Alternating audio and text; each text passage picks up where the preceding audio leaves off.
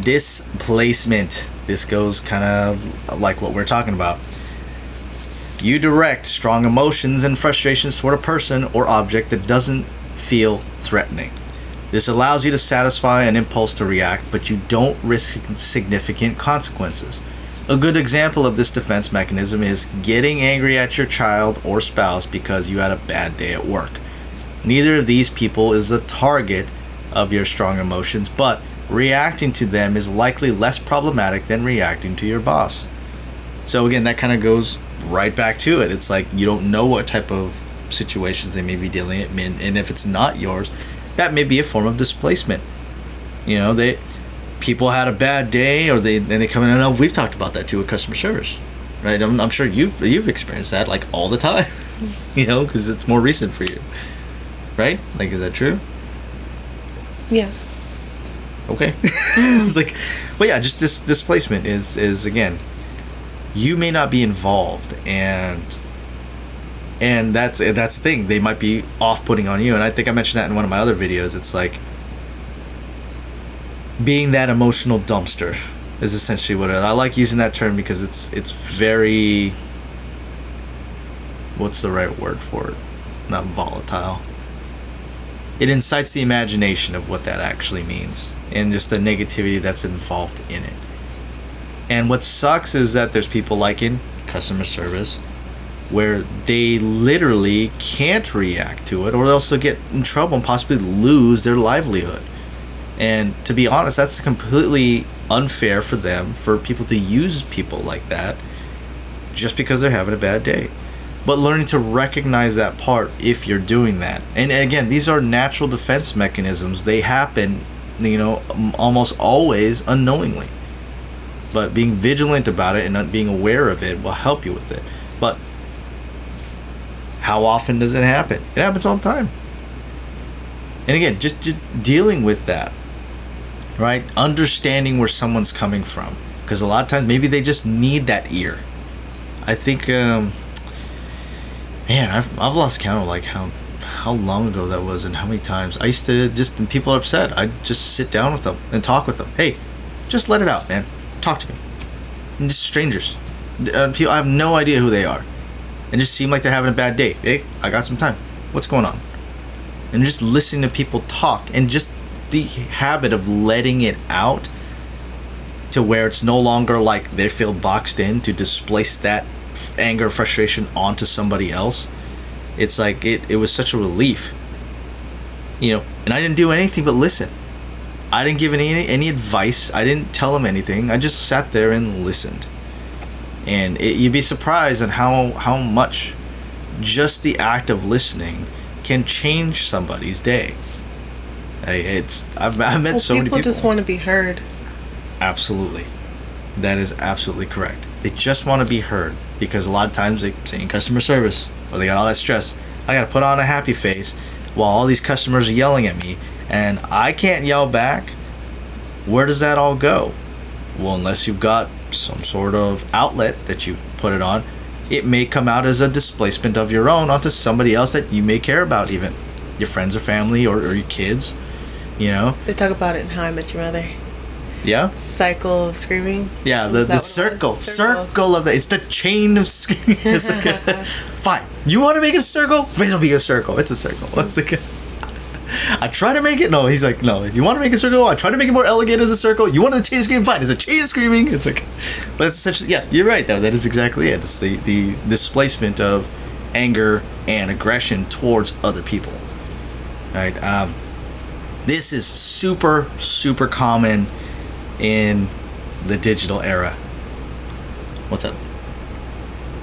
Are you still on displacement? I am still on displacement. I haven't moved forward. This is super common in the digital era. And I've talked about it. I call it the digital demon because of how it portrays people to other people. It is, at its root, a form of objectification, because it's much easier, but because you have a digital wall up ahead, like in front of you.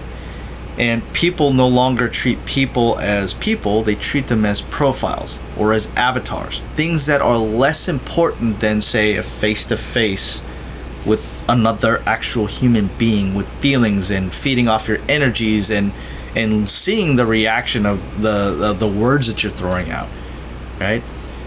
And again, that's that digital demon, and this is why it's like I think I mentioned it yesterday how the internet is still like a toddler, and just I don't think COVID has helped really, because now everything is virtual meetings, Absolutely. Virtual doctor's appointments. Yeah, the lack of person-to-person interaction, that is literally the formation of social constructs, of healthy social constructs, and without it, I know that there was a study, I forget where it was way back in the day, where they tried to isolate babies, and it was such a horrible study, where they didn't touch them. They still fed them, they still changed them, but they didn't give any loving affection to them. And the result was, like, all the babies died because they didn't have that type of social interaction that they needed. Now imagine that, like, fully grown adults, like, they grew up with that because you are being taken care of. Now that just cuts off. Talk about like the young teens out there, or the young kids that no longer have people that they can hang out with or even socialize with. Like, again, psychology and sociology are huge, and being able to understand how to interact with each other and with other people, especially in terms of trying to understand yourself and gain that level. Like, you learn so many of those things. People always talk down about indoctrination of our youth through our schools. However, there are some benefits to it, like learning how to deal with social situations when you're angry, when it is to go, hey, I need to step back because this is not right in the social setting. I need to go and internalize some of it and find that release.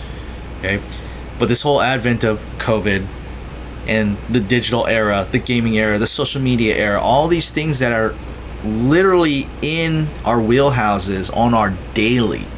It's a daily thing, and it goes all the way towards, your dopamine releases. It goes through your physiology and your chemistry. I know I'm talking loud. Sorry. No. I was just thinking in my head, I was like, the whole social thing, it's like everything's so virtual, or when we see each other, we're all in masks. Hopefully that I don't forget to cover my mouth when I yawn. No. You thought yawn. Because now that I have a mask, I just yawn. Yeah. But even still, it's like those things in the digital aspect. Again, you could yell at a digital wall, on Twitter or on Facebook, or even in a gaming situation where you can still hear the person's voice and you guys are talking smack about each other. It doesn't matter. It doesn't matter to you because it's not a real person when you actually have to see it. Yeah, there's no repercussions. It's like literally talking to yelling at a digital wall at how stupid it is, and you'll still feel superior to it because that is an inferior person. The whole idea of gaming, right?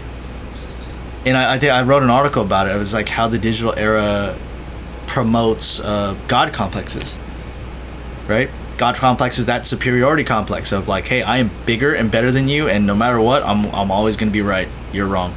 And the whole idea of the gaming industry, like the psychological ramifications of what it teaches people in the long run and how they treat people, because you have people that are purely, why do people purely use that as an escape? It is escapism for sure, for one, because they don't want to deal with their own personal emotions, right? They don't want to add that, because now I got an avatar that when I say jump, it jumps. When I say shoot, it shoots. It doesn't deny me unless my batteries die, right? It does what I tell it. And what happens when you don't win in a situation? The game beats your avatar. People get enraged. Displacement, something like that. What was the one right before that? It was displacement and projection. Yeah, it's starting to all sound familiar. This is what I'm talking about. Those types of environments promote promote that type of reaction from people. That's why rage quits are such a thing, and people like love watching them because they like watching. At least I'm not that bad, and then those same people are like screaming their heads off, like, "What the? Got a story? What the hell? I just did." Right. My favorite is the controller thrower. Now I can't play. Yeah, but it creates a god complex. I am the god of you because I can command every single action. That, whether it's something like you agree with or not morally as a person, doesn't matter. It's just a game. That's the caveat. What? Look, it's not real life. It's just a game. God, it's fiction. What's the problem? Like, dude. What you trying to say? Real people have different opinions, different thoughts, different. Yeah, and you can't control them. Crazy. And you wonder why people use video games, especially the video games, to escape reality. It's no longer like, yeah, I'm just gonna distract myself on it. They literally are on it all the dang time to escape reality. And then a lot of those people don't know how to handle, say, customers that come in that are irate, that are displacing or projecting their own feelings on other people. It's all part of maturing and growing, and you have an entire generation of... Dude, my generation was the one that grew up with the first gaming consoles. Right? What was that? Huh? I saw that on my camera. She pokes fun about my age. I didn't say anything. No, but I saw it in a long time. I know, but I saw the reactions like, ooh, he said it. He said it. It's like, I get it. Don't worry, I'm catching up. All right. But yeah, that was my era. That was definitely my era. You know, and I was a part of that, and that was part of the reason why I wrote that article, because for a long time I was doing those exact things, and I didn't realize why I was so, unbalanced, on the edge, so reactive, so highly emotional, and it really took me time to I had to unplug. I had to force myself to unplug and take that time for myself. And once I finally was able to do that and start meditating and bringing it back to like my own spiritual development to develop myself, that's when it started to improve. Because I started to recognize a lot of these things that I was all doing, because it's a natural thing that happens. But if it's natural for it and you let it happen all the time, that's where a problem comes in, where it starts screwing with your psyche. It starts screwing with your subconscious. It starts programming that behavior into who you are. And that's when we talk about like cyclic behavior, right? People think like when it's in a cycle, they just keep repeating the same loop. It's like, no, you're not just walking in circles. It is actually a spiral. It'll feel like you're walking in circles, yes, but you are either moving upwards or downwards with it. So, and that direction can change seamlessly also, depending on how you react to it, or what you allow to yourself to react to, and the choices that you make. There's so many deciding factors, is it nature or nurture? It's both. It is absolutely both. So try to understand those cycles and how to break them, how to pull yourself up from like going just further down and down and down into this negative spiral, versus now I can start focusing on myself and building up. And it's still going to be, sometimes it's going to be those same types of actions, but reintegrating in that thoughts of like, now I'm no longer looking down to move down, changing the polarity of your thoughts and actions, right? So you can move up. Huge empowerment of self. That is one of the most empowering things. The moment you realize you have the choice to program your own body, your own mind, and thoughts. Like the moment you can really truly grasp that and empower your dang self, things change. Absolutely.